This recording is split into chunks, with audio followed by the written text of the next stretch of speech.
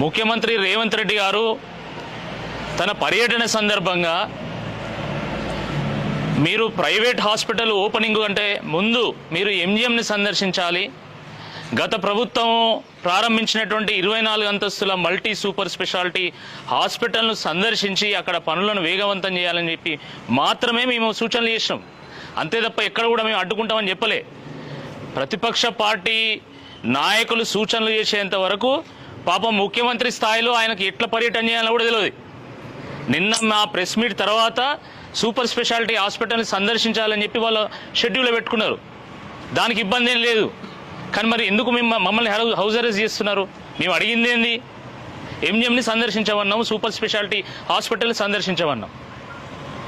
అదిగాక మా ఓరుగల్లు ఆత్మగౌరవానికి ప్రతీక అయినటువంటి ఈ కాకతీయ కళాతోరణము తొలగిస్తారా ఉంచుతారా, మీ వైఖరి ఏందో స్పష్టం